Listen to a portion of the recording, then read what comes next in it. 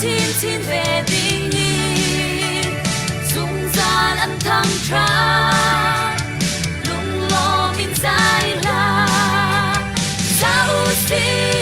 tân ô ngày lấy trang đồng ngàn tiền ô lại đâm đề đốt nát thô mi khăn thô thiên sẽกันหอยรำดังบางปีเล็บปูนาทันมาสูสลีจานสาวปีมันเสกัดเทียนโดดนักโทมีขัดเล่ขัดโดดนักแค่เป็นทางไทยดันนาเรากุศีกันรำเล่ไม่พูนจาไม่นรจอมทีสีโอ้ลายรำเตะโดดนักโทมีทั้งโททีเสกันหอยรำดังบางลายมีปุ่นชุคอยกันทรงลาปะเทียนจีจานาเคเดินนักเล่นสวมนาเค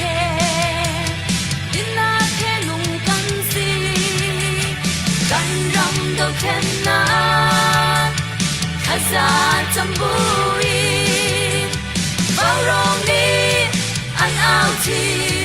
โลดินรำเส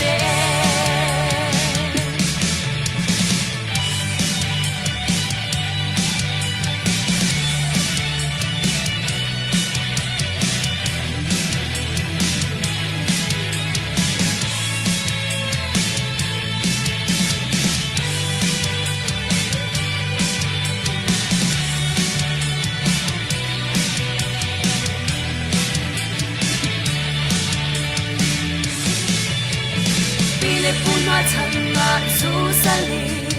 จานสาวปีมันเสปัทยานโดดนักโทวีขัดเล่ขัดโดดนักแค่เป็นทางไทยดันนาเรากุศีกันรำเล่ไม่พูนจาไม่นรจอมทีสีโอ้ลายรำเตะ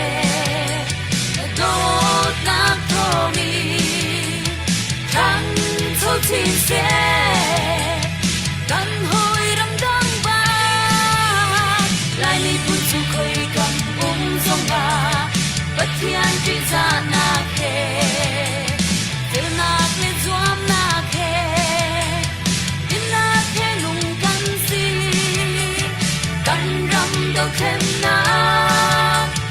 ข้าจะจำบุยเฝ้ารองนี้อันเอาที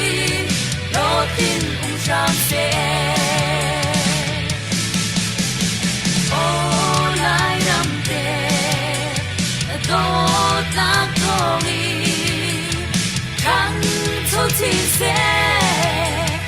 กันหอยรำดังบางลายมีปุ่นสุคอยกันทรงลาปะเทียนจีจานาเคเดินนักเล่นสวมนาเคดินนาเคนุ่งกันสีกันรำดอกแค่นั้นข้าจะจำบุยเฝ้ารองนี้อันเอาทีโลดินรำเสโอ้ลายรำเตะโดดนักโทมีทั้งโททีเสกันหอยรำดังบางลายมีปุ่นสุคอยกันทรงลาปะเทียนจีจานาเคเดินนักเล่นสวมนาเคดินนาเคนุ่งกันสีกันรำดอกแค่นั้นข้าจะจำบุยเฝ้ารองนี้อันเอาทีโลดินรำเส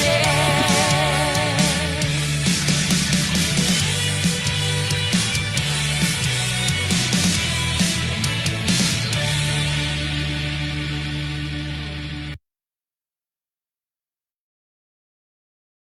vào rong dồn thiêu vào rong đâu chân nặc tao nặc buồn tua lên tu dàn dòng lóm tiếng đằng đòn thân ha ada kan dậu tu ada kan ngai tu nan di rak nan kut kan train ha in chun hi january khan kulen riat kum thong hi kum kul kum thum si zan chan tiang kan pata tu kan pathian min kan thang that I tu zan vào rong program hi ka hin Mizo Student Union MSU NTE tu liu hi kan ram kan mi phun kan ton choma mi chung changa fak pi in tran kan lak pi tu mai kan nor pi tu an si tu hi in India chauza sina anti kho token I kan unau na tan pi ding le asi kho chungin hi an sining kan sining yelte hi thei kho thei pi ding trakin tu au piak dingin tu hi pun pun chol chang nak an nei chu kong chu tu zan hi I chim I ru ding I thei tar cheu ding kha si pi ngai ngai mi pun dangin mola nei ngai mi chol chang nak asi kan thei cheu ban tukin tu liwa kan ko ram kan chau za ni ken kipa mit phai tha akol I mit pile kap zong ni him betak te in dir pi tu mit mai tha kan pe tu ka ikol chiu si mai hi sulam nei tuk mi mola nei tuk mi khi si atua India chauza kan thei ban tu ken kan ra tha chauza ni hin phun dang hin ki koi ai dai kho ki ama le kap tang ding in din dak ai wei kho kan dilai mo chu tika kan du ningen mi pile ya tang lem lo in phun in tu hi har sat na kan pe tu likap atan tika atu ban tu ke au piak tu kan nei mi hi help tuk mi si kan thai cheu ban tu ken student union kan ni kol ho chung chong ta ta meka ti si khoi ka ram po ni ram phim po ni chon si ha cha chol chang nak hi be pi nga ya mol nei nga yen ji zong an zut ton mi be pi an chia mi si ani zong ban tu singa chia chol chang nak kan tu ban tu ke mai kan nor piak mi hi asi kho chung in hi kan ma li zong ni kan ti kho tok ten ha jang pe cheu nau si lo khuang hal dau mi la ma chon an lak pak ti din nak lak pak ti dal he phang kul te ai ka McDonald e nak ding man tuk phang ti dal ka chu phun khâu nau si lo chu bai do ngai kha khate ni kan ha jang tam pi a pek na I mai le ya khin kan mi phun cha tan lak chin du nak tan pi chin du nak thì tâm pi hà giang cái việc khó biên tha tâm pi bi dòng kỹ hậu sĩ điểm lâu lên là phần tiền là sẽ hệ luận về khó khăn chuẩn thang ngày đình kisi le chú cha hà giang cái việc nạc chăm sĩ mi chú share khá cần bom chú vậy khát akan dậu mình khăn vậy khát chiếu tới cho cần share việc tao lo cái chỗ cái cần trần pi lewa khăn cần mà dòng cần trần pi biên ha là cái trần pi chiếu hao tim mi lăng tâm là khăn tu akan view mình khăn vậy khát chiếu tới share khăn akan bom sao star kan peu asi kho chon zel number khan tu jan tam pi jong kha kan ni ru chan lem lo phang ha te phang kul te ate kho min ma chon ka an ma lak pak ti din nak te khe tha tha pi nak ke se ka tam pi se tu an chu ka chu ja chun khwa ang hal dau mi chu te jong chu rak ru chi thao se ti te kha ban chim phasata ka ban du le jujung atua hin hika hin kan hoi hi arak thu mi hi ama Mizo Student Union AGS anti Assistant General Secretary kan tidai cho ama si Vice President jong hin tu hi arak lut khau ding kesenan awan reram dau ri lan hu dawa aru jong rak lut temen lai jujung kan chan hi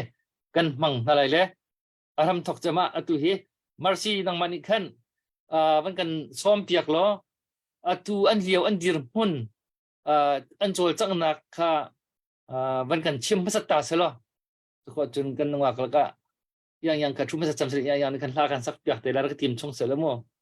amo ai tim khau cham ni kan le ma kha van kan som pyak ta lo ma an kan tan van kan han pyak ta se be chim dingin ka man som okay kanila kalong Dr. Boy zamela zing zibaile masai chị bay ule tu na yan Delhi muna inom ni in kan sia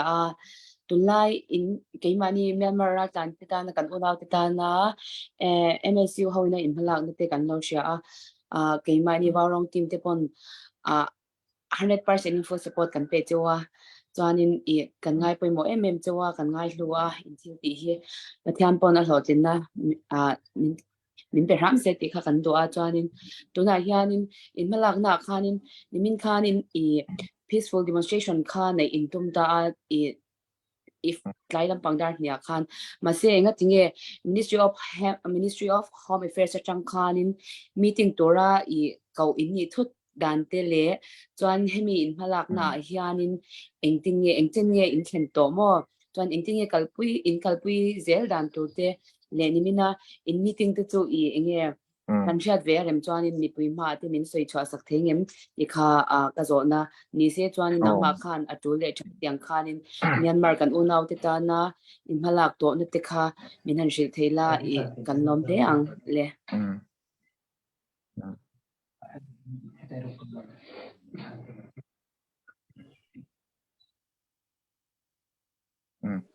Hey, amasain si bai ka buk du chewa. Suan hey hotel akan omatu na hian New Delhi ya. Suan kan network mga po hi athalaw mai thea video calling kan tia. Trong theng khat te kha tang de ule ka kha netalaw thalaw de wani po khan Miss Marcy khan lo okay soi mai tura ka nga ya. ale Sia thiam lo lai om suan o masa bera chuan hei peaceful demonstration kan ni ya kan nei tum ni takachu 26 Indian Republic Day anei ni ya khan nei kan han tum ani ya amaro chu lo rem chang talawa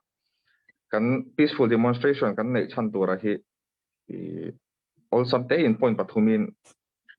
kan soyanga Myanmar mi te ta na exit permit India sarkarin apek theinante tin Mizorama ratla nomte India sarkarin chanbau an nei theina turin ma la se kantina te ti Myanmar rama democracy om thinan India in ran lavero se ti kha tlangau hui kan han du ni a amuna hen jantar mantar kha kan ti a tin soyang khan ni somni parukha atira tumdan chuni ma se arem chang chi alawa Republic Day ani wangin India rama chuan ni ro ni poimo ta kan ni wangan theilo ni somni panga khan kan han tuma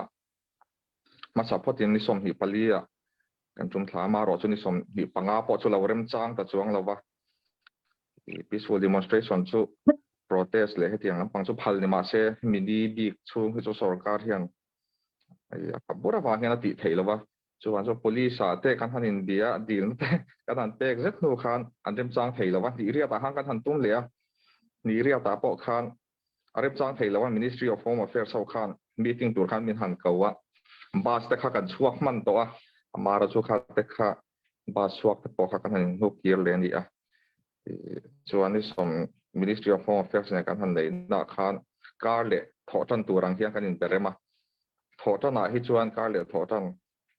a hian kan nei nge thei to tura kan ngai ani ti kha kan soya tin ege zo fa te din hun preamble chiar chwana te nei kan tuma kha kan din hun tik tak mi kan ra tan ai om Myanmar te ai o a peaceful demonstration out chwana kha MRRC tangpop tenen kan ti ni MRRC Myanmar Mizo Relief Committee Mizoram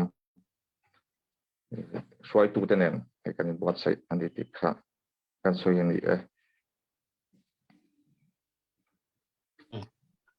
si cha kan ni lom le marsin ang mani khaman kan toy fian na khaman kan le pyak ta lamo no miu okay kan lom hle me samela cha kan di lakte ni kan thei thiam chu ka zum ko na khan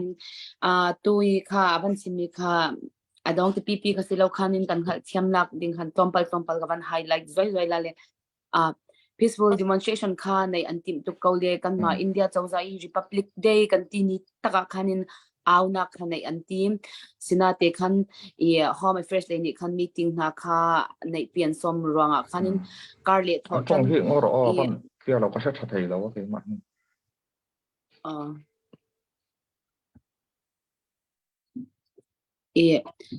ติคันเฟียงโมไกมาค่ะ เฟียงเกาโอเคเกยจงฮีควาลก็ต้องเลยก็ควาลตอนนักช่างอินโฟนินกับวันหลุดเลยใกล้เทมปะแล้วทุกเลยอันรักเทยอันกันเจ้าตัวมีปีรักกันเทยเทียมเราก็สิ้นปีเราเมนเขาจู่การเลยมันเดย์จัดเทนี่กันจัดเทนี่ซิตี้sorry นี่มันเดย์อยากหิน peaceful demonstration จู่มิเจ้า student union นี่คันินMRRC เฮจังกบคันินเดลีมุนาในเงี้ยจวนทีมที่ข้ามีปีนี้คันรักกันเทปเปียกุลจนินเดลีกันไลฟ์เอามี refugee poll จันักปุริซีวันไลมีนันอีกคันินนันดีลักเตคันรักบอมเจ้าหน้าที่มีข้ากับวันฉับดูสิข้าที่คันดักชาบอยนังมาสินะกับวันฉันเลยนะฮัลดูมีเตเลกันนัวคนนั่นเนี่ยฮัลดูมีดังอันเนี่ยสิคันจนินนังมาเนี่ยอะไรนักคันวันเฮร์เกาลเสกันนิลมเลยตัวบัญชีมีขันอันฮัลจะมีปฐุมเลยบัญชีมีขันประคัตนัก exit permit ตัว exit permit ที่กันเฮร์ตักมีกันราจามดีร์พนินใจเป้าอาจารย์จึงจังกูมีอันช่วยตรดุนฮัลโหลมีกันล็อกชันกันวันสันจำนะประคัตสีพอมันชิมเปียกตุกันในที่เราอามันกันงาเราจะงาเราคิสกเอางาจะงาคิสกเอาไม่ exit permit อันกันนอร์เปียกที่ที่พิงจะประเทศนอร์แล้วประเทศจังเลยไม่ที่ตัวมันถูกไม่นอร์เปียกอันกันเต็มมีที่กันจ่าจนแบบพี่ตักมีประคัตกันเสียเลยอันจังหวะกันรวมตักไม่ที่ไปตักถึงกันมาตรงนี้ท่าจางเปียกเวดีร์ปีชินเวกที่อันเฮาก็ค่ะแบบพี่ตุกมีประคัตจนตัวราจามปูลบ่มชันนาดึงใจเจอบ่มเวน่ะหาดึงเจ้าจ่าเลยนี่ตันปีเวน่ะหาดึงที่มีตัวเห็นกันมาเตลองบักสีราจามกันนี่บ่มคนนักลำที่บ่มชันเลยสิเราคืออภิตุเลยกับเคนสิตัวเห็นเจ้าจ่ากันเทนึงแล้วจุดจากขบันดุอภิตุเลยตั้งละเว้นบ่มตุเรียนจันคนน่ะหาดึงขันด้วยมากันนอร์เปียกมีสิแบบปีตักมีสิฮิจงเห็นแบบปีตุกมีสิจุดจากจนฮิจงเฮไปตักเตียนกันมามีปีนี้ขันกันดีกันจันปีเวียนหากับบันเฮาที่เขาห้องเสียงจนฮิกาอินเดียจูบริหารดิโมคราซีรำละอันบิ๊กมีรำสิกันกวาดรำจงจูกันอดงนักกันติดมีอดงนักที่ดิโมคราซีเฟเดอรัลดิโมคราซีข้าสิทธิ์ก็มากหัดอดีกมีอภันมีดิโมคราซีตักอันมุขนักหาดึงแบบเตยตัวมากันนอร์เปียกมีสิกันลมตักมีจะส่งไว้ตักมีจอยตักนักสิที่ข้าก็มันชิมดูอีสิเบลนักค่ะก็มันเปที่ไรที่ก็กันมาลิกับเป็นไม่ต้องว่าต้องสิเมนแล้วนัวกันหาที่ไรละโม่เลยไปกันนัวคนนี้กันต้นนักลามันกันสักเพียงเป็นห้าสุดละกันนัวยังค่ะสาดึงกันเป็นส้มकारण लूट हल्ला कसै थेमो Mercy มันหักตัวดิเซมูไม่ค่อยโอเคค่อยจังเงี้ยเล่ารู้ข้ามาฮารุนินสวยข้าไม่รอ second president กันเนี่ยนี่โมเนี่ยคุณอาจารย์อันนี้เราสิจะคุณในเอ็มMSU president Samuel Romthan ปุยกันเนี่ยนี่เลยจะมาประจันเดลียผมเมกะMercy Miran Bia Kalom Khop Maya คุณในเราตัวก็ยังไงเดี๋ยววางเงินกัน Vice President แหละกัน AGS เราเตลเมโรกันอินเดียตัวนั้นเห็นกัน meeting นัดทั้งเงินเดลีฮีเราvote ขบไม่อะpolice ละมินมันรู้กันอินทีเลยมินมันล้อมินมันสู้กันทีเลยมินมันอันตุ้มเลยบอกเสียตัวนั้นเห็น CID เขาเนี่ย SIB ลำเนี่ยกันอินคอมจะอุเล่เสียอันมูลเรื่องไม่กันโฮเทลก็แต่คนนั้นดิ้งหุบไม่อะเขาทันสิ่งสุขการุณละโดนเชื่อมินที่ตัวนั้นเห็นนี่มินละมา MHA กันMHA ละมากัน additional secretary ที่เนี่ยกัน meeting กันที่ตีตัวจงส่งตุงสร้างกันเสีย ยังเล่นส่งตีฮีกัดมิงฮีก็หมู่ฟงเมียกัดเทียนป้าแล้วนุนโมยMZP President เฮียดินอลัมฟวิงกันเสียเมลฮิกมิงกับหัวเมลกันหัวกระโหลกครบไหมจนเรียกเลยปาร์โปลำฟงไหมกระเทียนป้าเนี่ย MZP President ที่อันนี้เนี่ยเฮียดินจะไล่โพลกันมันพันติระเฮียดินมิโซรามา MSU เลย MZP กันออกมาค่ะบุลทันนะที่เที่ยวทุยตักไปที่อมเวียกันตีข้ากันสวยกัน introduction หน่อยสวยเสียละจนไอ้นี่ MSU ที่กันอาจจะอุลกะกันอาจนัชันสุอันนักกันเจนงามาเดลียอันนักเจนตูริกันสุขละไอโซลทางกันเอาว่าไอโซลทางเอาที่อมสิอมโลกันที่ไอ้นี่ส่วน MSU ส่วนที่มันนี่ Central Way เมย์โปรแกรมนี้พวกห้างกันสวยตัวอาสาตรงนี้ห้างกันสวย we have to raise the voice here in Delhi where they have to heart ที่ข้ากันทุกปีเนี่ยส่วนบางส่วนตักไม่กันสุขะ Republic Day เนี่ยที่กันตุ้มกันบุษบางส่วนมินเทียกันอูนาวที่กันเอ็นะหัน workshop ที่สิข้าอันนี้เชื่อเราเดี๋ยวเชื่อเราปังเทกันคัลตูร์ขันนี่เสียส่วนบางส่วนDelhi police nen in rem sia min ahun ni tur min vo lo ni tur no pang nu nau te ne garon kaldon sia min vo lo ni tur du thang me ang kan tia ni min khati kan han tum le jeta kan Amit Shah helai Delhi central lagan sarkar kan home minister ber khanin kar hodo milong ha ro ti le sia chu tundi phuna chuan kan thil dil tur kan unau de thara kan ti tura chuan Indian helaya mizo Indian kan la oma nang ni Chin Myanmar inoma ichuan kan kom thang leya kuki Bangladesh an lo om leya in zawai me hianin kan ngai to chu ngai sia kan zawai me kan ngai to ta ngai sia chuwang chuan unaw kan ni na hi British colonial wang mai ni ti kha han lantir kan du bok sia chu kan thil ti lai mek le kan thil ti tum lai ber ania India hai na sa chiang me ya kan ti tum lai hi arem sang ati me ni mina kana in komna kan Central Ministry Home Affairs kha jingdar som le chan we ya additional I think ani kan han soyang kan thil ti thun na huna an SCP miron kola assistant additional commissioner of police kan police kan miron kola voin chu kan phan lo miron tia iswan Darsom lechan memirong call nu Darsom pakhata khan MHL kha National Security and Trupom hala kan thilti tur hi Indian citizen ina an unaw detan an unaw foreigner detan tiang analaw tura ngaila I hope it doesn't hurt the sentiments so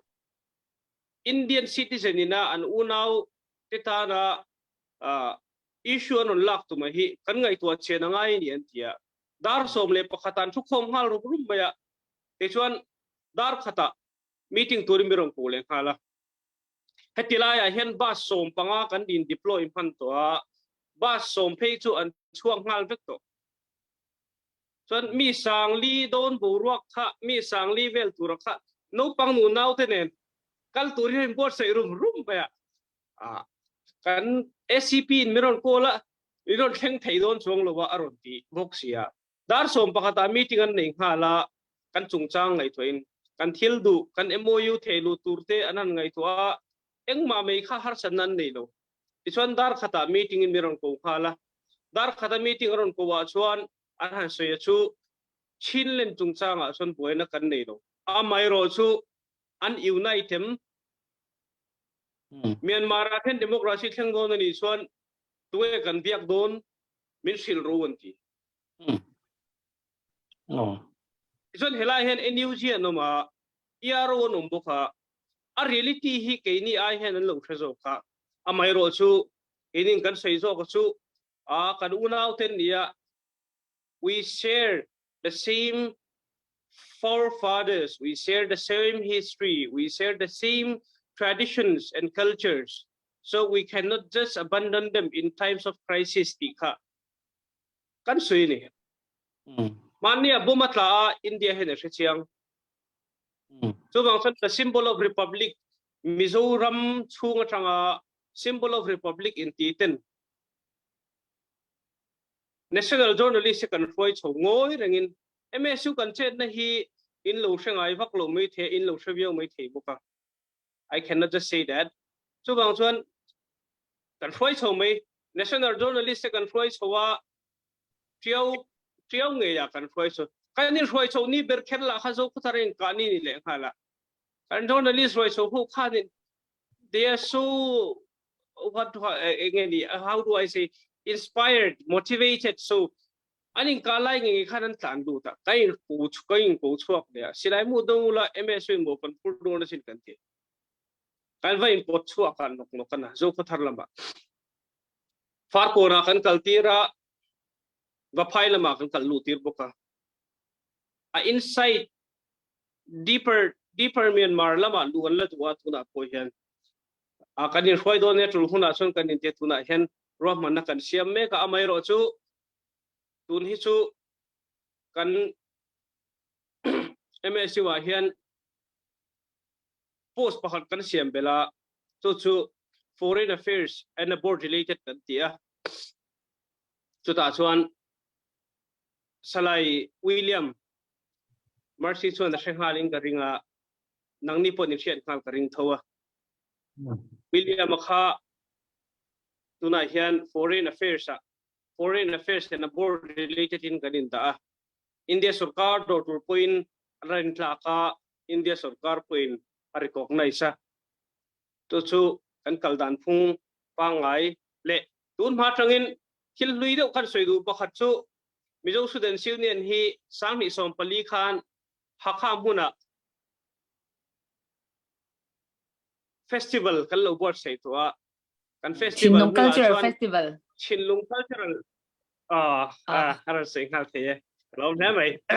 kha MSU ina unaw kan ni ramin rian ya namin rian nei lo kan hanti kan hang kal suana kong kha ania amai ro chu MSU kan chet na hi chu media le social media hedin tilan lutuk lo du chang hi kan nei thina achan chu tundin huna po delhi kan chu khlak hi anna ka kan jena wangin Mizoram House po kan thleng du lo tuna chuan Mizoram House an boi to jok tuna chuan anna ka kan jena ang kan ti zel thin in reality achang chuan tuna kan thil tia po hian akli truth ron swak don diaklu truth diakli face but which is true ti kha karon tilang don Mizoram chan chuangai ve tho kan Indian lozia hi India he na ria ma se tuna chun Mizo Indian ti in tuna de tang kan ding kan in che so ti rual reng chuan kan Indian lozia kan show ni so tuna hian kan national journalist champhaya kan poi chowa kan district commissioner so na sei su tas mahala kaltumin Chinese mon lo tia foreigner fees an choitir trap zoi kanin chua pasal goin ne chu kan una ta kan ding kanin tiluya tas mahal kan kalluingat kan flek kan zar Delhi klanga hen Mizo Student Union flek kan zuk zar luingat engwangin nge kan unaw detan kan impum khatna alan chuana mania CRC meeting kan kal khoma ka seisu voin chu thank you min ong lai ti zo khangu kan tia kati na chan chu chin ram hi chin nam thang chunga mi te hi chin Mizo ku ki tia kanin ko na hian military ku phi thleng lo sela voin ni ang em pum khan nei kan nei don lo reng ai hi in ngai tua chiana nang ni puin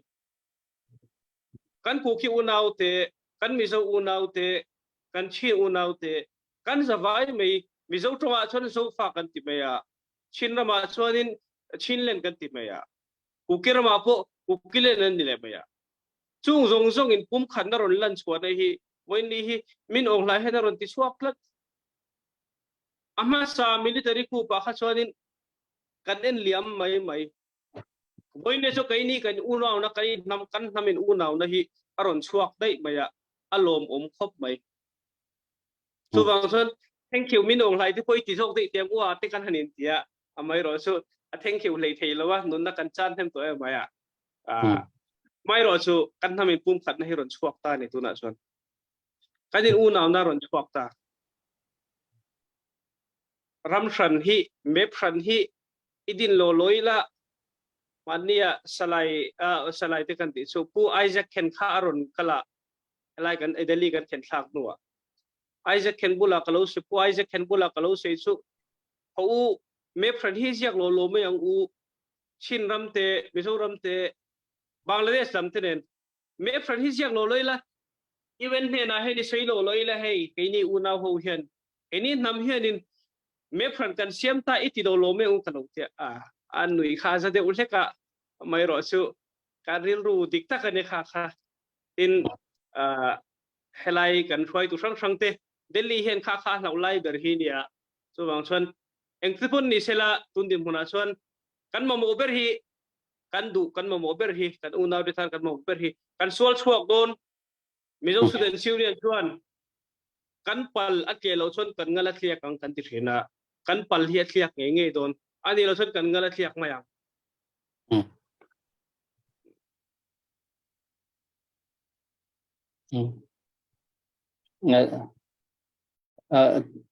dấu tôm nì cần mình lom tắc cái chết đàn chú ha cái mình thấy chiều Biang tan hao si cha. cái quân biang tan là xí mô khăn đặc tên mình pi dòng thì khăn quân đặc biang chiều tàu cái lúc ra thay cái mà ram chung ấy xiêm he nam he ra mai ở trong mình lúc bắc kinh anh cần điều pi anh cần đàn pi ti kha cái mình thấy chiều cái này lom tắc không cần trái u cần gì nữa cần trái đủ lâu không cần anh cần trái lâu mà cái trái anh cần tìm phone anh tìm mồm cái chút bắc khăn tụi hình thì anh nào trả hình anh tháp đi ngắm sang ra cha tắc cần phơi sân tắc cần tụi hình dây phần chỉ đâu bắc kinh cần đủ cần ngài dòng cần yêu dòng kiệt sẽ thì tiếng bắc cần tụi anh xem mình cái gì cái tiếng ra trái akan tan pi tu anu mi chu lombok tak se tu lewa UN kan ti US kan ti Asian kan ti tolok kan ti India kan ti tengah ngai chen ho man Thailand phong thang jong an kan dir pi paklo chu tu hin het tok kan unau tha dir pi tu tan pi tu kan nak nei mi hi pathian thong se an ma chung thum dong kan rom tuk ti hi hầu bao nhiêu hiện thấy chiều nào xí lo tụi phan gần lạc pi mi hi gần hết tắc mi cái gì gần hết tắc mi cái gì gần mà nạc ra hain tụi hi man gần lạc pi gần trôi chẳng pi cầu tì kha vẫn xiang tục MSU Mizo Student Union anh chuộng gần lom tắc Mizo ram chung gần trôi chẳng mi nị khiên mua lên này tục lâu anh châu dạ bắc thì kan chol chang mi hi an ti anum man baka anum nak headquarter baka an vai fu ngai tu hi bas khatam tak mu tu ani tim lam mi kha ma khasele atu PTA wanchi Ministry of Home Affairs on ikhan tu kha an dir mun kha ar kan thei di ko ti ani tim lam mi jong kha meeting tu ton tu na kan ton le deda kan du mi jong kan chim han an kan thei pyak di chang ko hi bakat khati rami van thasal aho da kan chon halai tili kap tu man kan kan hal chin avan timi khan avan siang di changkong le an chol chang nak hi hual an nei ki ani tin mi mo arak phan chang ani tim han man hin ani tin mi voice an voice ka phan chang tinak kase le chuluk chun an chol chang nak hi ba pi hi ka tu an hal mi na an au pi mi jong hi je ma jat chu hi ruột chân nạc mua tấm pi avan cái bẹt cái mà pumpa cái mua ngã chân lấy cái chỗ cần thấy chú đi lâu xin là tụi anh ao pi mi dòng tấm pi thì sulam anh này mua là anh này lại thì dòng ruột chân nạc cái này lom tắc thì khá cái phần chim ta đủ về mồm cái lom tắc anh này hoài sân tắc min tần pui nát cái nằm thiệt bể dễ là tiếng dễ là tần pui chuan Burma cái rama đâu na กัน revolution ปัวที่นี่นะกันจังโดนติกันมั้งกันเรื่องอ่ะไว้สั้นแต่กันใช้เบกันใช้งามเบตัวมั้งกันหลอมได้ทุกทีกันใช้เลยดูเจ้ขณะข้านินกันล้มมันนี่ก็ใช้ตัวกันล้มไม่มินตีเฮียนินมินดาช่างตัววิ่งก็ใช้ชินเองจริงไงเมียนมาเดโมคราซีกันไฟท์กันตีรัวแค่นินอัตตะกาชนินแค่นี้เฮลัยอินเดียเรามาจังพูนมิโซเตฮีกันอินเดียเราจะสู้อินเดียชินเล่นระบาดเฮียนี่การุนกัลนีอ่ะชนินมิลลูเวลคัมอ่ะเดโมคราซีอมนี่อ่ะชนินอินมุนเตปอบิลลูเปเวอุล่ะการุนเล็กการุนเป๊ะเขาไปดูโดนเนี่ยกันอินเดียเราจะสู้เช็ดค่ะกันนี่กันอินจันพูยากันอินดาตัวบางส่วนกันโลไม่มินติโตสูกันตีถูกกันตีอูนาวที่ทางกันตีถูกกันตีนี่ไหมกันแสดงโดนเนี่ยจะใส่ครับมั้งไอ้ในกันเหนี่ยหุ่นอ่ะกันนี่นะกันเหนี่ยหุ่นอ่ะกันว่าวร้องยังกันใส่ปุยโดนเนี่ยคืออย่างจุดไหนเธอใส่กันแสดงโดนเนี่ยนี่เลยดูแลชวนยังเรียนส่งขั้นไหนใส่อะอามาเงี้ยตัวน่ะเฮ้ยโลกันลมนั่นเตียนนั่นใจอย่างนี้ทำเป็นซานิสิแล้วมั้งโอเคไว้ฉันตักกันมาซาเบกมั้งอันกันที่นั่นชัด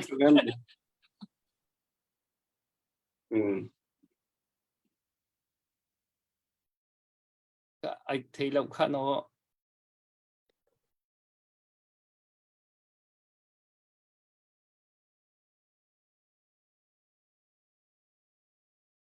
ฮัลโหลคนไทยหมอไทยจังเจ้าหน้าขันกัน president ขันลมทุกสิ่งไงลมที่หารันเสียมาเสมิชิงมานี่ทำปุยปอนี่เสอุณาวตปอนี่เสนูเล็บปาปอนี่เสกันจงอาทิลันตียลมทุกสิ่งนั่นจังเชลล์ขบเพียนลาวิลากันลมตุกติข้าการันใส่ดูนี่ปัทยานินมาสมจรสติข้าการันใส่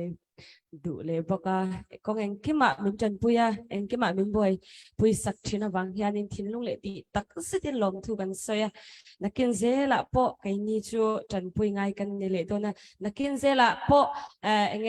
นักมานี่จันปุยเองนั่นเดียอมส่วนจันปุยไทยดินมันอ่ะกันดินส่วนกันจันปุยแบ่งเจ้าตีข้าการันใส่งาดูบอกปัจจัยเราเป็นนั้นการเท้าตัวเราฟังตีท่านในตัวนั้นหลายท่านเนี่ยอมจะจู3 number 3ระบุสมนี่แหละปฐุมมีค่ะเนี่ยกติตีไรเราถึงมีท่าสไลด์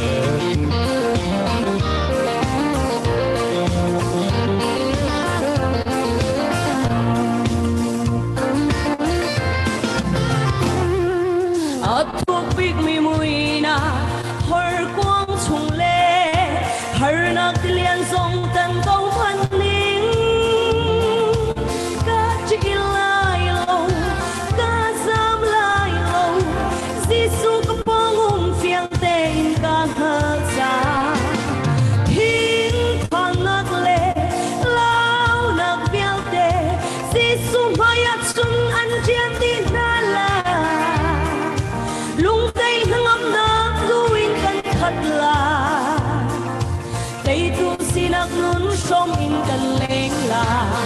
mỗi ba su cất xa ra sông cho biết cá gì dây thêu bọc cá xuống ngã không hết sẽ cái chi tiền lại lâu affect me a god na ni ka nun suwa kunsa himde ina kilvensa foi pakalo kan nak lam thuana zot pha nak le thi nak song hi kan ton câu tha le riang cha lo kan ton sim la vô lê đi cho pi mi har na kan si vô lê đi hin har na kan pek lai man se su ni ka tay chang ati kan tay na kan boy si su vai a sun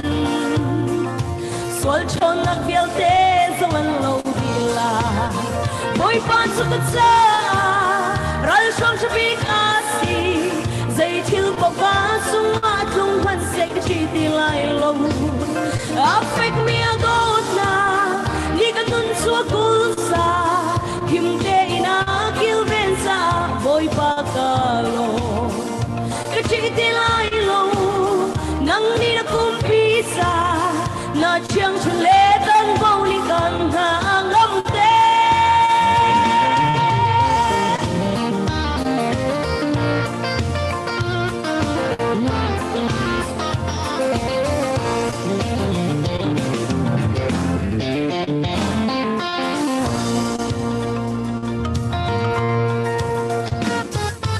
สุนัขกันต้นมีเล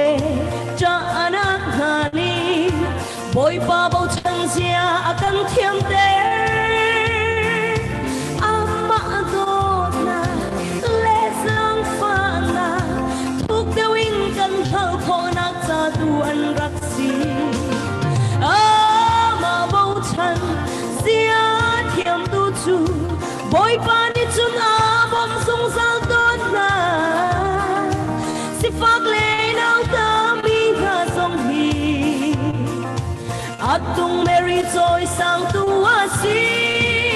Boy pa sukatsa Ral shang chapik asi Zay til bokat sung atung man sekati tilay lo Afek mi adot na Ni kanun so kulsa Himde ina kilbensa Boy pa kalo Kati tilay lo Nang ni na kumpisa na chiang chule tan bao li kan na ang amte Boy pa sukatsa ral shong chubi kasi zay til bokat sung atung han sekati tilay lo Afek mi agot na li kanun so kulsa himde ina kilbensa boy pa kalo Kati tilay lo nang ni na kumpita na chiang chule tan bao ni kan hang amte Kati tilay lo nang ni na kumpita na chiang chule tan bao ni kan hang amte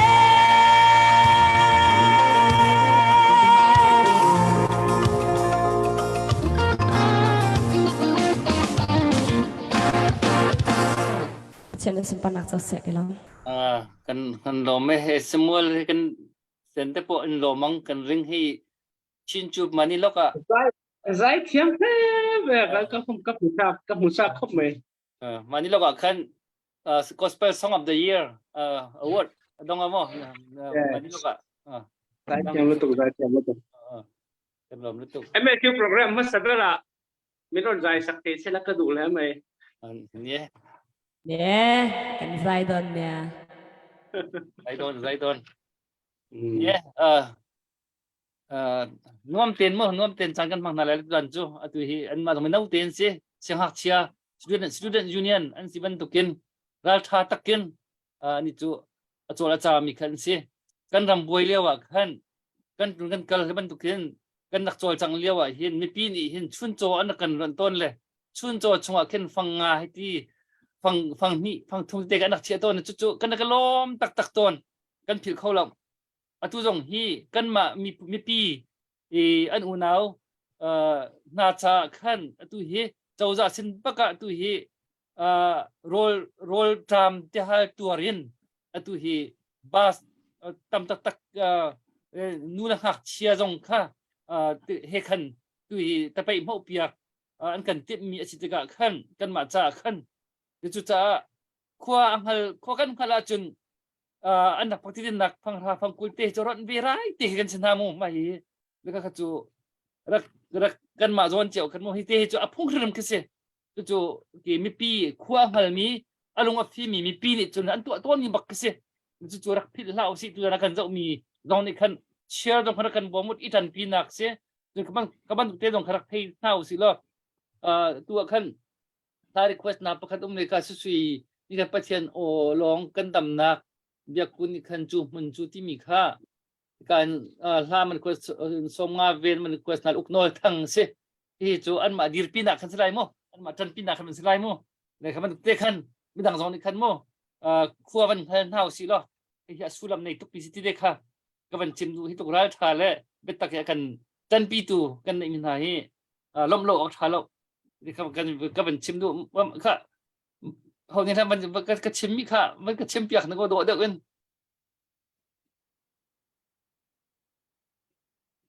มาสิลังมาสุดเสีย Umar sila mali lo. yang ni kan sim kau sia yang marhol Yang- man ngai la biak ku Oh. marhol tha biak ku Ah, ni kan te marhol ni ban le biak kau tha aban saklaya kan aban chimtela le. Lon dia Okay. sakla le. Mahu kan. Biak ko ni kan saktela le. Tu na kan som le tur hi request anya hay in bula thu nulla te zai thiam ka kan ni ta pakatil sui kan tia pakatil biak Oh. tia kaka Right. ni nang ma ni I enge cho chun ai na le thing pui enge ma in na tur tan kanin poi sai nan kha kan ran request a chu an ran sa do na thin lung le ti tak sa ti tin lo ngai kha in lo ngai kha in lo ngai kha thak sa ngai ang chu apakat na hianin sui kan so mga chanin apatni na biak in ran sa le do na chanin an man ni thau khan an man ni mi zo tong thiam ang dan khan lom thu emo emo khan ran sa do na ni chu kan so me Terus ika menjauh hal pakin. You all should come down to Delhi. Okay. They are going to come down. ni am dam chuan No, why not today? Susui ka mit na menjauh hal kan lom nak kita macam tawe nal umya kan kita macam tawe. Na menjauh hal ka kan tidak ten ten du mi simo nang ma ka. Với nè hệ gắn lom lên tục mi dâu trong hệ cái thiam vạc lò mà sẽ gắn lom lên tục vàng khăn mi dâu trong cái thiam nhị chuôn tê khăn mi dâu trong cái bánh sôi yang mi dâu hơi có lại đồ cái lao phải mà lấy Macam sama kau kau tu. với nè Satu. gắn lom lên tục in unau tê min tempuya vangin gắn lom lên tục nang ni tampo gắn trồng trái reng lấy pan mel som chero se kan ramcha rakan jan pitin chin kau tika ka soi du e kalom le tuk nam mani tan la record da oma chu karan sadona kam pathian olong kan damnak ti ani don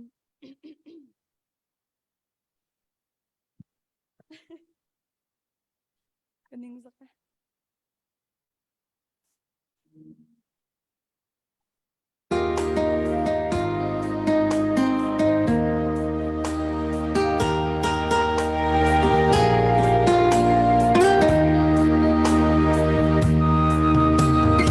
Sim mong tinin to tu sung đâu nu nè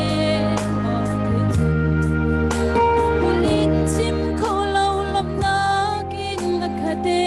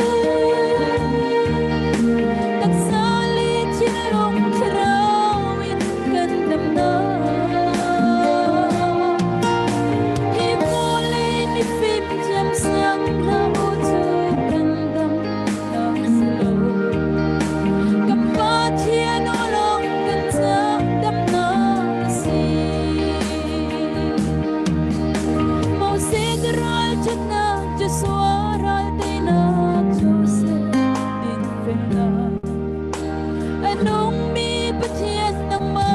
โอ้ลงมาสิกันรำกันฟุเลนโออินคาเซฟังรอบังสุเซส่วนรักได้นักเล่นและชัวมุนาสิ Mồ vui phố nắng mơ ô lo thấy cơn đu Đặc xa lê trên lúc khảo in căn đầm na Hi vô lấy mi phim chém sáng na ô chu căn đầm na xa lô Cầm bó thiên ô lòng căn cha đầm na si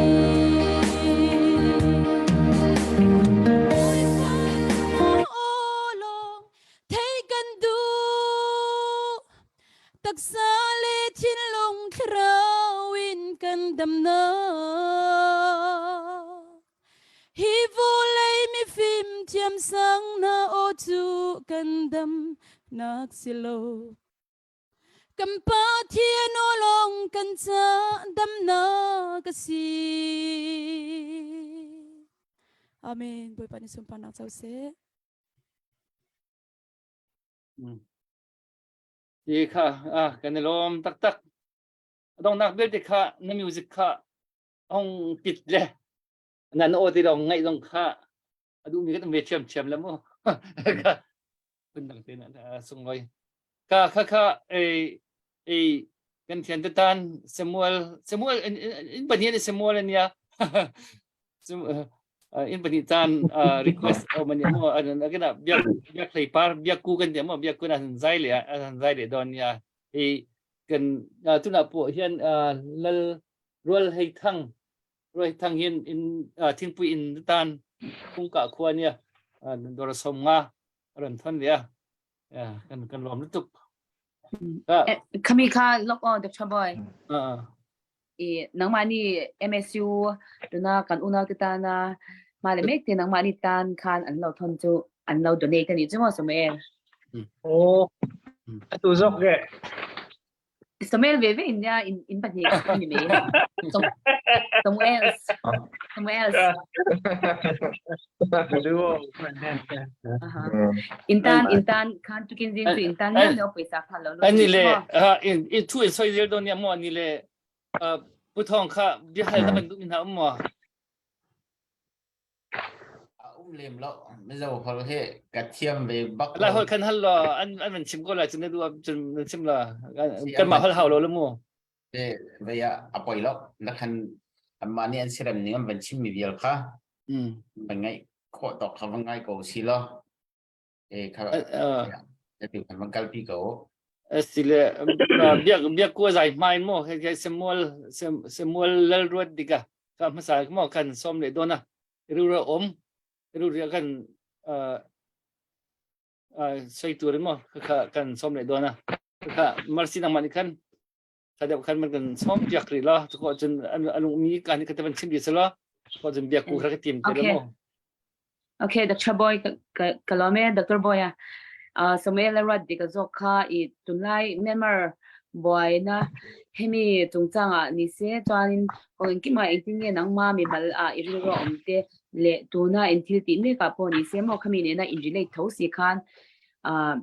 เองอังริรูเงี้ยปุตเวจวนเองนังมาดูทุสามติเลเองอีรูรอมจงที่ข้ามีทันแชร์จะเจนี่ปุยเตอามาใส่อัติลำปางขันกันในตัวข้าอาชีพกว้างแล้ววะนี่สมด่านที่ข้ากันเชี่ยแล้ววะเดลีบ้ากันกันมาลากนั่นเตะข้าเคลมเตะข้าตรอกันMSUนักกันมาลากตัวนั่นเตะข้าอภัยหมอจวนหันท้ายได้ข้าอาเริ่มจ้างทวังสุดตรอกันหัวข้ากันหันสวยแบบไว้ไว้ไว้หลังเตะข้าเริ่มจ้างทวังอีดูข้าใช่ไหมหรออาทิตย์ลำบากกันในตัวขัดเชียงแล้วได้มาข้าบางข้ากันมาลากตัวนั่นเตะอันนั้นสารคุยต่อยเตยินข้ากันสวยแบบแล้วดูว่า MSU อินะมีเมียนมาบีกะกันลงพลักต่อนะคลินิกลำปัง CHO ลำปังเตะเลยจะช่างพอช่างเนี่ยกันเราตั้งกบต่อชีนะ kan malak to na clinic si kan lo hong thina he lampang refugee camp tia te an ke na ni som pariat mar sa ni som hi pania nal chom tia te dam lo mi som riat lai te khan free clinic te kha CHO MSU MRRC te khan kan lo buat sai to pin si phir tia te refugee camp te kan lo buat sai to boka tin MSU hian BN hospital le CHO tang ko phian tu na hian clinic hi BN hospital a son mi ratlan te pol de la ke ni thong kama chon ratlan te khani chuang lawa ma lo chu kan bang lo thei chi lawa kan una te kan tia mi base de khan clinic hi kan nei boka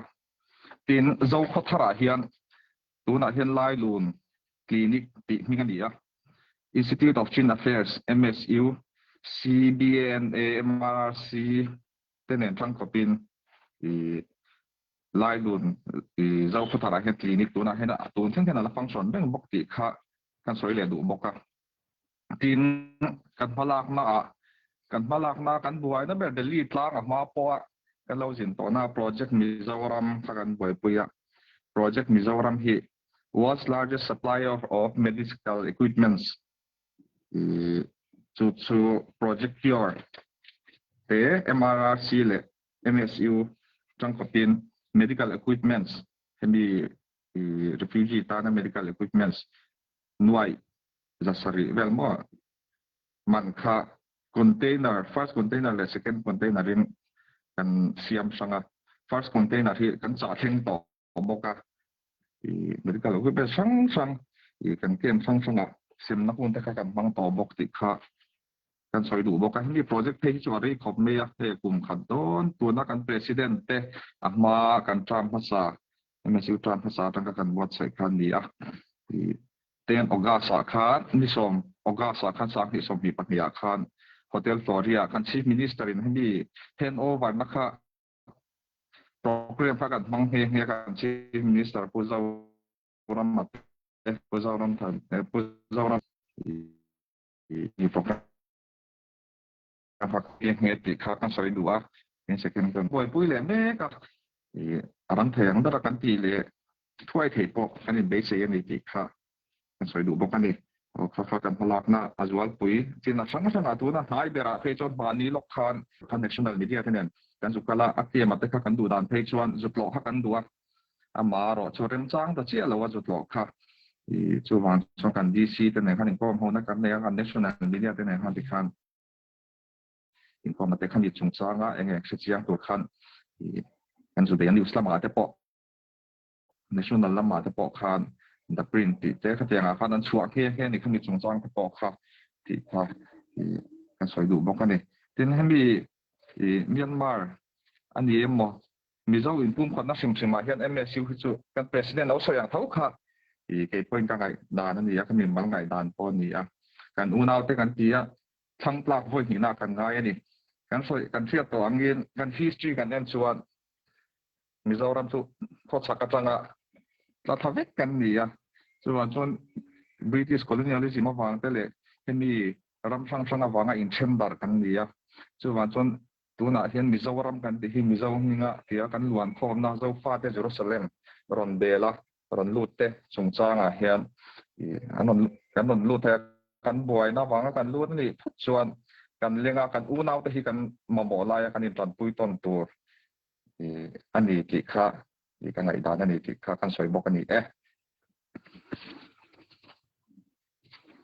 ni le marsi kan lom mars nang mani than man kan le pe ta la mo alam he me MSU Mizo Student Union kan unau te hi an so lo ti hi tu zana kan zau tu via te ni khan na kan thei pe gulo i Myanmar Rajdhani Rajami nan cha hin an to kho chung te hin an to ve ko le chunin clinic kan ti mi khalai holin ka van thei cha lo le zeida si byak ko lai holin clinic kan ti mi kha clinic ya ai ti mo zau ko thor lai lun nai clinic an tu tiang yan ran mi pol na kha clinic chu se khan no na mo all hi khop pui kan nei wala MSU chu ma hen min lo som lo na kan lo se lo khanga tu din huna chuanin avain kan thopui ve ka pol rang ho zong kha health le education sector a chuan ICA kan thopui a tuna hian tlang takin tin CDA ste project kan kalpui char boka in CNO sorry CHO kha health issue a chuanin aizol sunga biga thokten ni boka anni te hnuaya khan ti han health le education sector hi kan kal ngar ti kha o chuan CHRO te tin kan soile du pakhat chu kan chief minister u lian loi aron chukha ka hian MSU in kan lo welcome chata khwal liana te le mi kan program a te kan lo hang hala a safety measures le khatiang muzong ko kha kan ngai tu ngal sak vek atira tangin ti kha alam ne me anang ma po ne kina po sambe la po kan la zo thong chinga zo na te po he kan nula te po an oma chuanin heta USA lampanga chang pon zo na te po khan la nei du the nga chuanin mi pui lama chang te pon I comment section a po zong khan I nan hal du mi kha van job kho si ti kha I ka sa kha o ka van simbe ke ma hi rak thai thiamula khwal ka tong ve le phone tang ka van lu de hi asin pilau tukle rak thai thiam pa o kha MSU Mizo Student Union ni kan una le ni hin kan ram le kan mi phun cha hinin an tha jang se an thiam nak an film nak kha se an ti kho chung kan an to ve kau sina in Mizo Student Union ni hin chun an ni chu an thil to mi hi public an do lo atam zokhi social media na I phau cha tu khen do lo le hiranga hinin mi pi ni hin chunin kan thei tuk lo me te sina te in union student union an sina chim hi za kai chang mian si an ngan ngai ti khara kan thei pya ko lo chunin an thil to mi hi me lo chunin an ke pen nak ani tim mi changai hinin khi jang da ka ti la atlam tin han lo chunin tik tak I nu le chit tak ni tim bak lo mian si ti kha thei phone house si kha the chaboy khabel khasiri se mo se kan lom tuk mo le an chol chang nak belte khan kan lom tak ti kha kan chim than lamang ko le atu kha MSU tan puina khan thong kham charot umi thong kham ni kan dora som nga kan lom tuk mo kut beng naw si mo ti kan hoile MSU kan hoile thing pui inatan ti mo dora som nga chun pakhat lai uk te chung how si dora som nga MSU na patin na ka ti man ko than mo kan lom tuk song loi tuk mo tu jana chun som nga te ka song loi tak kan lom tak mo le koi dang zon ni khan ko ko du kha ban zom lo hi ha jang kan pek kho nak na ampo le nei bik mi se ve ani lom tak ve ani cha awatang kai tuk te hi sia si le chun tang ka tong pa te hiมันในตุกส่งรวยตุกอันผิดเข้าไหลแล้วมั้งเลยไว้ต่างๆขั้นจางให้จอยคนที่มันจมก้มเท้าสิล่ะที่ก็เป็นชิมตาดูและเสียจนตัวเบียกูค่ะนาดูมีนั่งเบียจงมันชิมตาไปแล้วมั้งลบหนักเบียเสียนาเทียมเขาดูกันจงก็มอยตักกินให้กันเทียนที่อันนั้นคำไปแต่ Hello Dr. Boy Kailom Mizo hol thì cái mặt to cả chân cái thiam ngay rồi cái tí lệ vậy vẫn hol tak tak chân cái chong viar về lệ cắn lom lúc to cả hai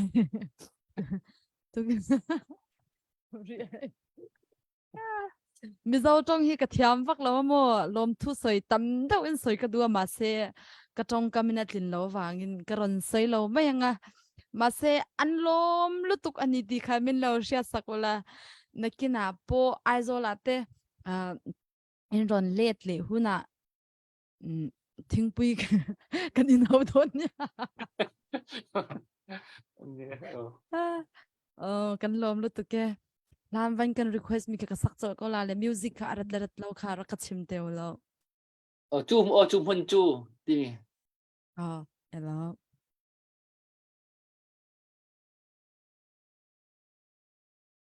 Rama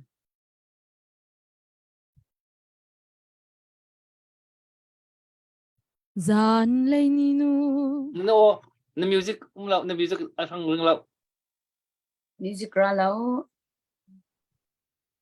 song pol hitso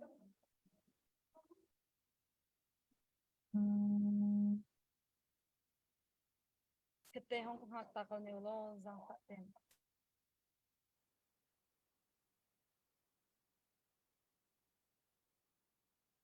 boy kha ke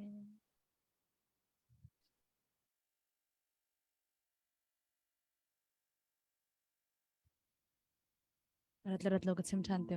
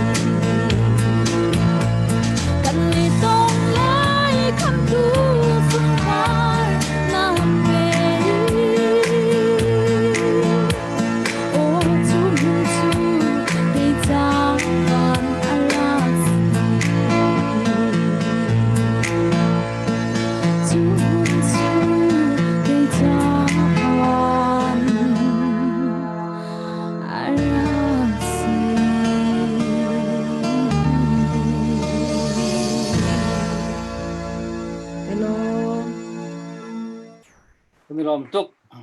ถ้า request to ข้าวได้สิจูผู้ทองมันชิมมินกับไคนพี่แหละอุกโนลทั้งที่ไม่เสีย อกโนทัง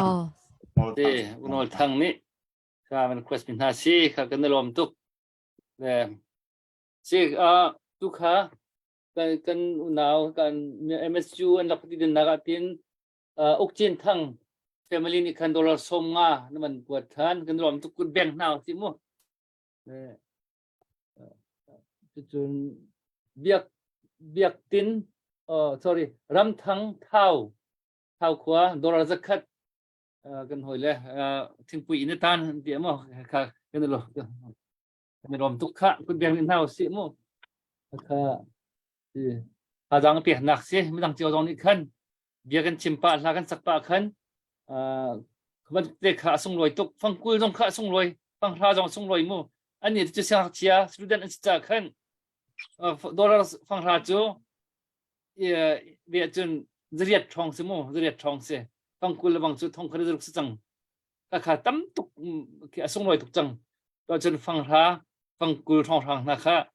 วันนี้จงผมมันจนขจงข้าจนจะส่งรวยตักไว้ดังนักส่งรวยคุณมันในหนึ่งใครดังก็เป็นเทลิคมเท่าสิล่ะเบียกันชิมปะทายสักปะขันขัดติดลมกันไงมิดเด็กค่ะทาจังกันเปียกหนักตักสิกันรวมตุกจนประคัดกันใส่เวดูจูให้เกมมานี่นักตุกเล็ดโทษจันเฮียนเกมนี้พอให้อเมริกากันจีนอุณาวเทนอินเดียembassy เกมนี้อเมริกาวอชิงตันดีซีกันเนี่ยมั้งกันเนี่ยอินเดีย embassy ก็ที่ยังกองโจนะกันในวิดีโอนะdemonstration จู่Chin Association of Maryland และ Peace and Justice Committee CBCUSA Chin Baptist Churches USA ก็อีกคนนึงก็ที่ยังโปรแกรมกันในตัวกันเนี่ยนักตุกเล็ดโทษจันดาร์ใกล้ลำดาร์นี่ตั้งดาร์ลีอินการ์จู่ The same time. Yes. Thank you. กันหุ่นขันมาเราจู่เกนี่จู่เกนี่ใจเนี่ยมันนั่งนี่ลำปังจวนสันที่มันเนี่ยมั้งก็ค่ะกันมาไม่ปีตรงนี้กันมั้งกันมา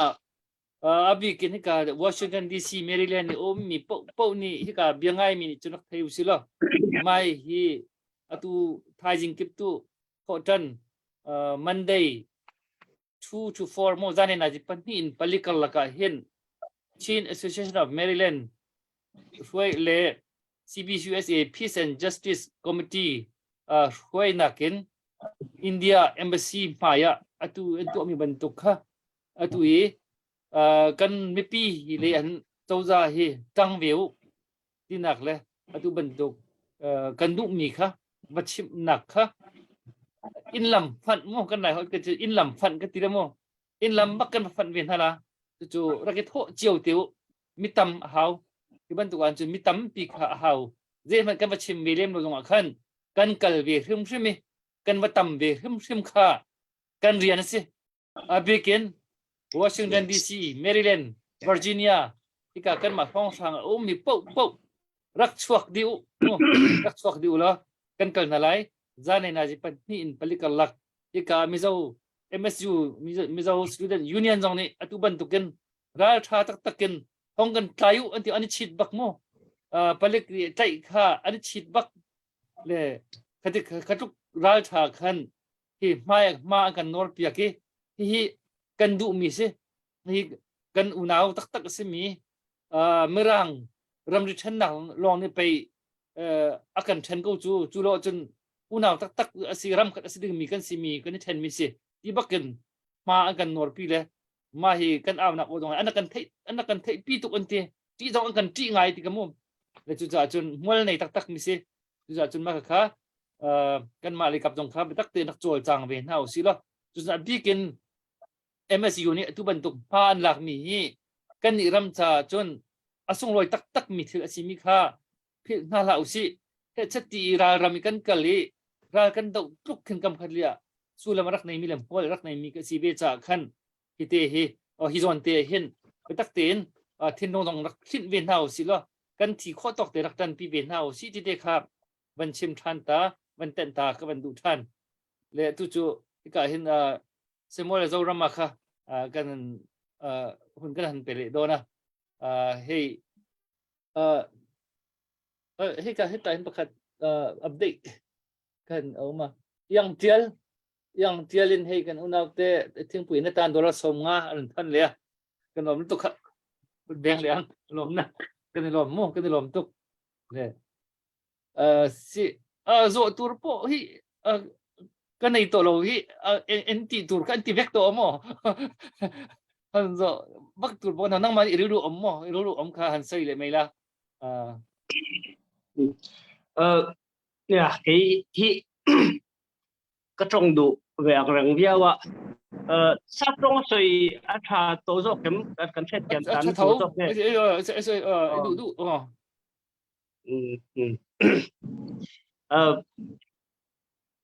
as we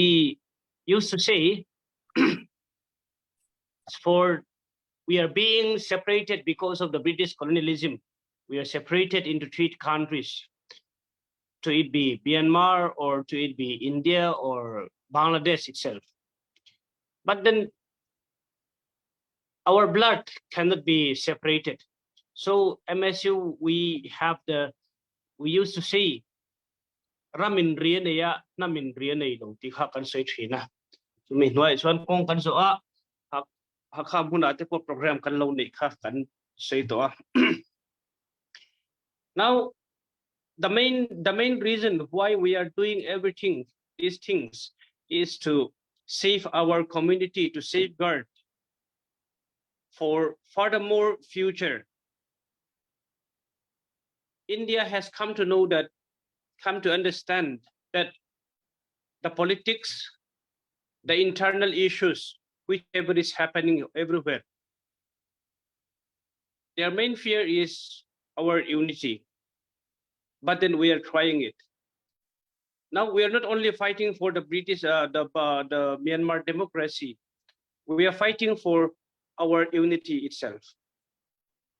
So when we say tomorrow we are going to say to India that support the Myanmar democracy, but then what India will raise the question is in regards to the federalism. In reality, we have to face the ugly truth of whatever we are doing. We really have to understand how things are going up there. So from MSU, what I wish to say to the Chin community and to the, correct me if I'm wrong, to the Burmese itself.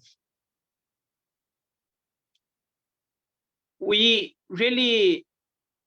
wish if there can be one umbrella, one voice for the world, so that the universe may hear, the universe can hear what we are going to say. Now, as from the Mizo community, we can really only support our Chin people, since they are our blood related. But as for the Myanmar democracy, things are different. So which is what, when we say that India for democracy, India should support the Myanmar democracy fighters, the freedom fighter.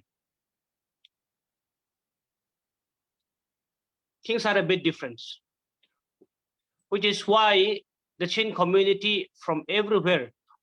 have to understand that one. From the Mizo community, we can only support the Chin, our people, our blood related. I have to repeat that one. But for the Myanmar democracy, one have to make a voice, which is what we are doing as of now also. Then India knows that there have been so many communities, so many organizations Some take up arms, some take up the reconciliation, so many things. So the NUG or the EROs have to make sure if the democracy comes, the world have to know, the universe have to know who is taking charge, who is taking the main role for the democracy.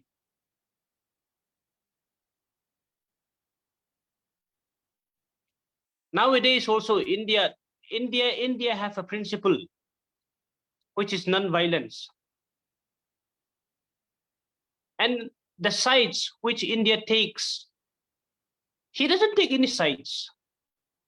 She doesn't take any sides. India is doing the silent job. Because there are already two government, the de facto and yes. But then she will always support the civilians. As a Mizo Indian, as a Mizo, I give 100% support to my people. But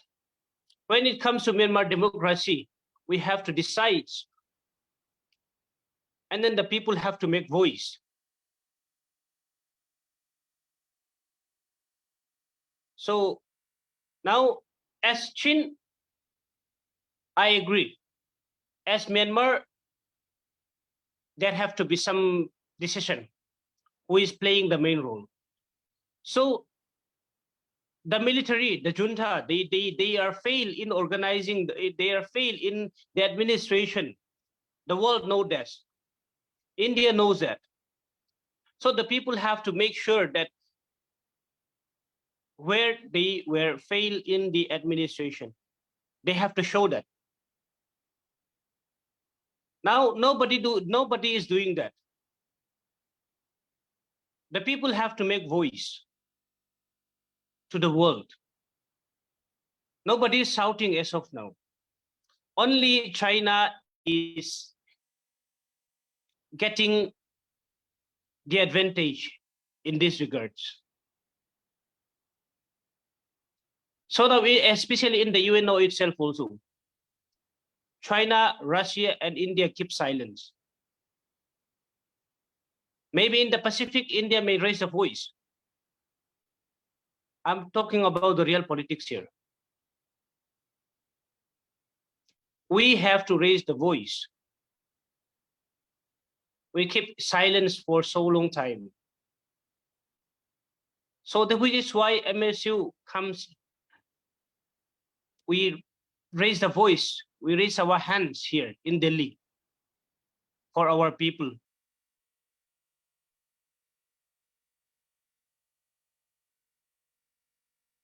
Once and for all, let Myanmar have democracy. Let someone take responsibility.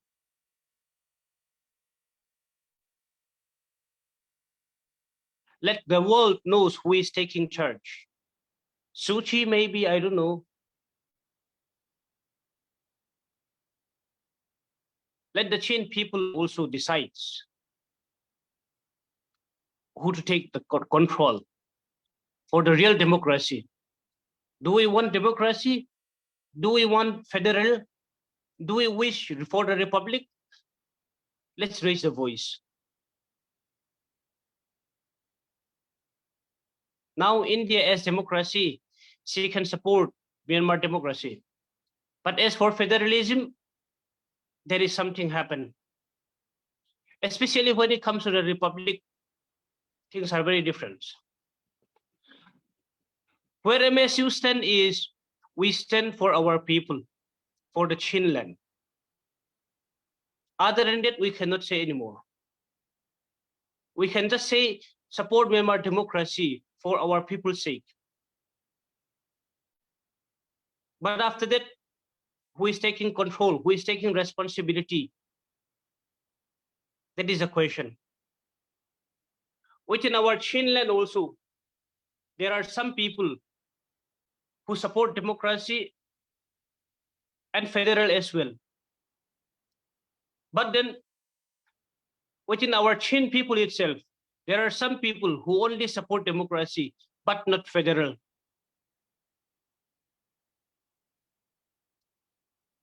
From the US side, it can be really understandable, but from some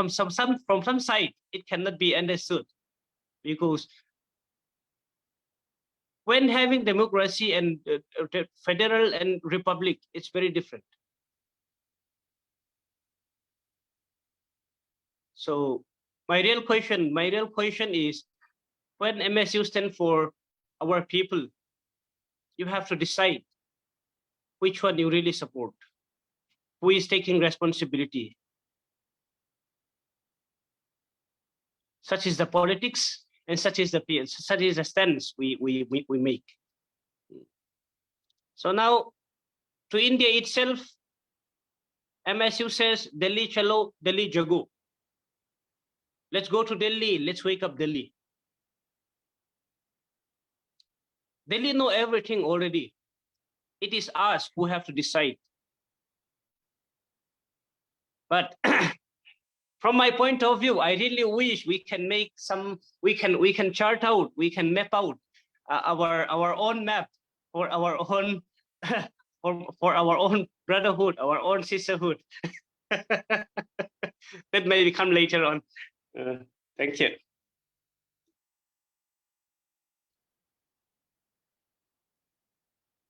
We are more than grateful for whatever you have done,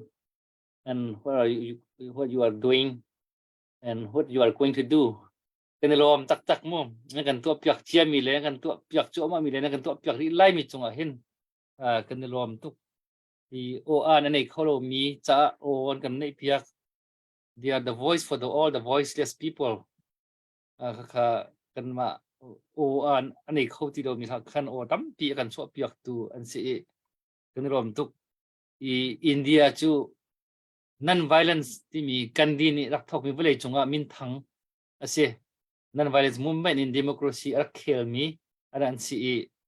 mahi bentuk mun rama hin tu bentuki o chua I tu bentuki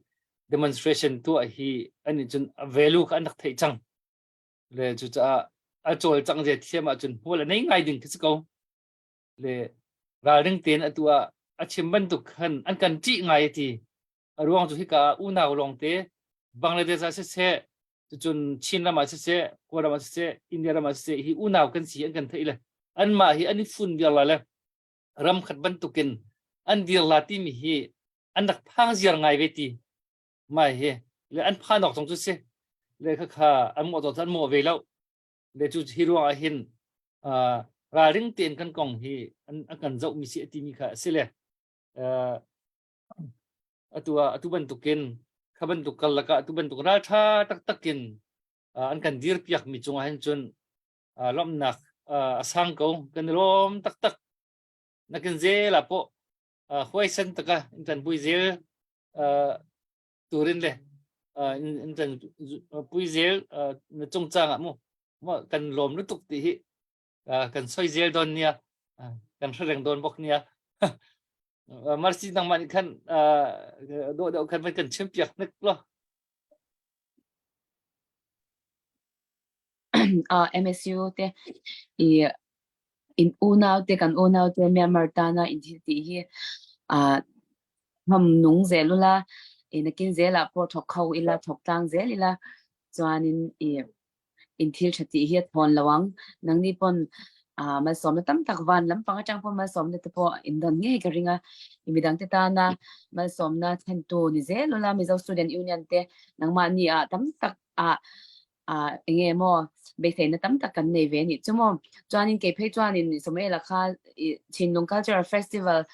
sang hi le som palia ha kha kan nei khanin ke ma mi ka kal ve nge ni chumo chuan min shelo me the ya Chinlung cultural ne ti jo Chinlung Cultural Festival kan ti le mo kum thong ni le hlei lia khan ha kha a khan Mizo Student Union ni khan in I an rak buat sei makha khan keima khalai district chang in hlasa ding in an rak kasom ve pakhat keima tilong kha karak ra vele a hati lai khan I mar hol lai hol khomi ha keima long karak si arami a khan le lai hlasa mi long jong kha keima te hi karak si ve karak no video I khaliao khan chunin kan hak chet leo ki deu ki le Carson Hall te chuanin Hakha Town Hall la te khanin concert te kha kan ne ya chuanin I makhaliawa khan keile bang chu tompal ka pan pe ta la le tuna somel den nen lo sei chwa ka lung te pol le nga tiro angai om ram that lai ngai om khop me คลายหุ่นค่ากันอินชวนเวนเดอุสุค่ามิโซเลชินอินการะกันอินวักชัววักนัวอินไงดำนะทินลุงอินตีดำนะตัวโปรแกรมกันเสียมมาสักเบอร์คันเนี่ยแต่มินทราคุมละซะ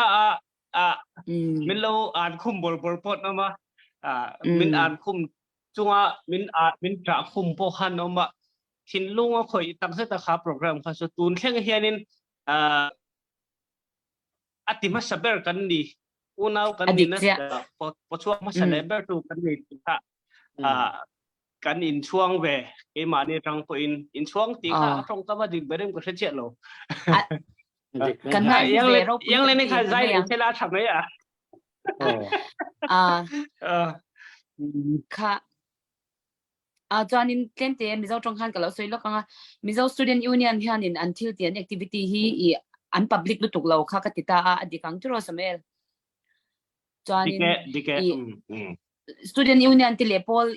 NGO chen khatyang hian an ni chu an public lutuk lo a hemi wang hianin public figure sorry social media vela hianin atamzo khan chuan an hulawang Student Union ni hin until an to mi te hi an ni chu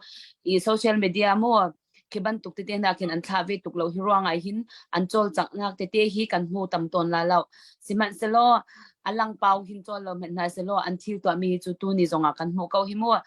ki atakram ki an security reason ni chun tunin kha Camp Victoria ten ha Camp Victoria khati hun lai sang ni le som palia khan chuanin ram hnoi lutuk le tereu te khanita Camp Victoria khi kanrak rat lewa khin chun khiban tu khin sibal lo le angai na ban ngai ram that lew kha ka lo soi do ni chu ole MSU te ram le nam ta na in u naw te ta na in thil ti in na thon na konga lalpan shwai zel chu sila chuanin kan ram le nam tan kan u naw te ta nin thile ram khata kan tiang chu mo kan tang zel don ya okay Dr. Boyนี่เลยกันเราไม่ให้okay นี่ฮีหุ่นโปะกันอันใจเวตัวหมอเฮ้ยังคันนี้คอมละสิเราหมอนั่นคอมละหมอคอมละจริงภาษาจริงกันสิเลยนี่แหละตัวนัตตันให้ยังเรียนทรงเฮียนหันใจเลยโดนนะ thank you ดูแลนั่นดูแลเบี้ยตรงกันกัดเตะเป็นชิมตาดีเขาต้องหนักเป็นสังหลายเลยครับมั้งเอ็งครั้งนี้ก็สักครั้ง request ดูเต้นเนี่ย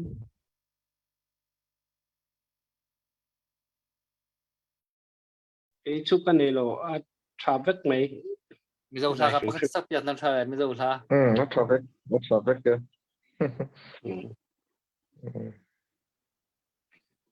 กันสักร่องมิโซรัมตั้งกันติดทุดดอนนะมั้ยสักเหตุชวนกระเทียมเรา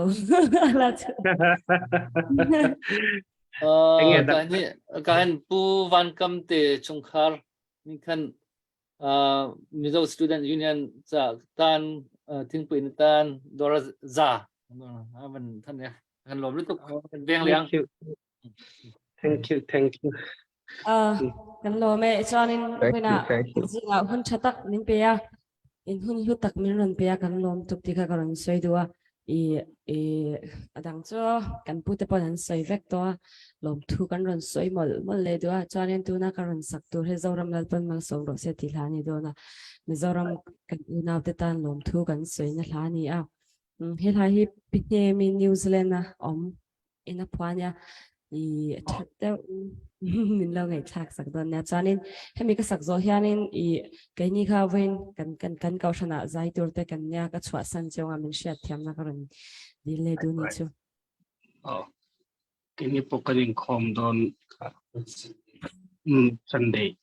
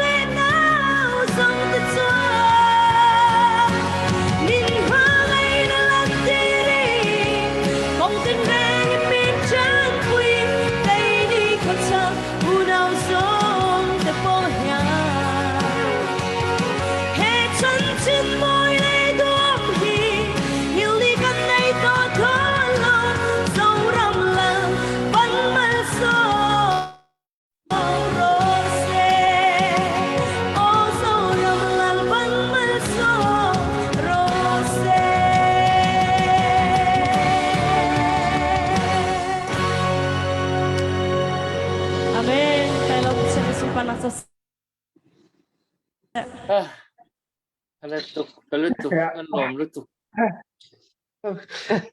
ก็มีตัวน้ำซอกไหมนี่แหละอันนี้แหละคนท่านไลฟ์เจ้าตัวหมอให้อันนี้ปออินคอมตัวละอันกำลังหาตอนเนี่ยไอ้ถ้า เคยนี่พวกไอ้คอมโดนเหรอเฮ้ ในจีนเนี่ยสักค่ะไอ้ MCRC มันนี่เราก็พอมิโซรัมอรอนตัวผัวเนี่ยหมอให้มิโซ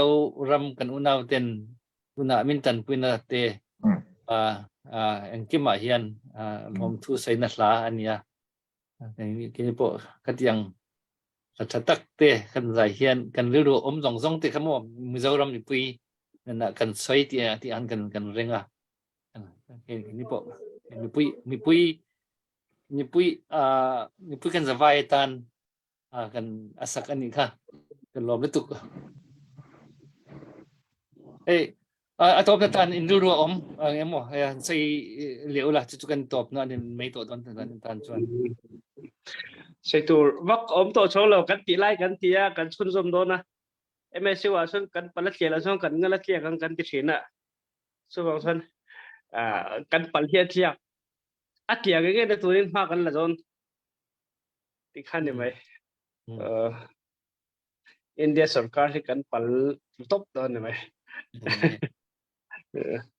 กันอุณหภูมิมาปุยเต็นมารักไทยเจียวแล้วโมกันเกยจงจักเบียร์กูเสกันไงจงจักเบียร์กูเสที่อย่างจนโจลกันในทีมก็เวทีค่ะแบบหัวแบบเราเรื่องตักกันสมองไปเรียกว่าจนรถดีกันสมองนั่งก็เองมาได้ตอบในตันเองหมดสุดท้ายมันใส่ที่โดนเนี่ยให้ช่วยตัวว่าก่อนต่อช่วงแล้วว่าเอกประสิทธิ์ค่ะอันนี้ทุกส่วนมีเนี่ยวันอารมณ์สวยนัวตัวมีเทโต้กันสวยเสียแล้วเด็กกินกันตามภาษาตัวเองแค่นี้เพื่อนในกลุ่มภาษาเต้ก็ช่วยเขากันติดปอบติดแล้วว่าเทโต้กันสวยเสียหลังติดค่ะก็ช่วยเทโต้กันนี่กันเทโต้กันสวยเสียนี่นี่กันตัวกาขัดหิตินลมหนักเบียก็เป็นชิมนั่นแหละมาสิเป็นลังตัวนั่นไปแน่วันหลังท่านก็ละค่ะกาขัดหิตินลมหนักเบียก็เป็นชิมมาแล้วไปอดองหนักวันก็ชิมเบียตามโมสิที่ก็กันอุณาวตักเสมีมิเจ้าเลยกันอุณาวนี้อาลัมกีเป็นนักกันดีร์ปีอาลัมกีเป็นนักกันดีร์กัมnama hi hlau kan ni chin mi punjo kan di bak tu ten kan dau khan na hin tu dir hun la chin kan dir ri apun in azai zong ten na kan dir kap me kan lom tuk sing san pakhatte zai to kan da ang kan dir kam ti mi pakhatte ban lang tar ka bandu mi pakhat cho hi ka hin ke ma ka pa ka ti ko la hi ka yaก็ในปีเลยกันฝาประคัดหักเชียงไอสรีมิจูอันนี้ค่ะระยะรัลซามดินหัวนินเวจูเสียงค่ะไกเอาเวเด็กขันเสียงฮะไกตอนและใจตุกันดาหักเชียจงนี้ขันอันรักโดดฮะที่มีจูค่ะมิเจ้ากันหอยหลังหักเชียเตอามาที่รัวกุมกัวขาดเตนี่ขันเสียงนักไกงำสวลละเราที่ขันjingka tekin amvako lamang tumakha manung pali panga pikin amvako langmang jachin anroi le atuwa khinjin angam jong kha ngam mai jang ha chuben tuk tiang bak khan anrak kan dot na khasile anchunga khan lom nak bie hida chimko lo chin chimding dang he kan nei lo kan lom tuk khan ti mi te kha lam kip na kan dir kam nak chunga kan lom ti mi te kha mar si wang ka chim biak tan haloเอกค่ะปุทองกะลอมเวMSU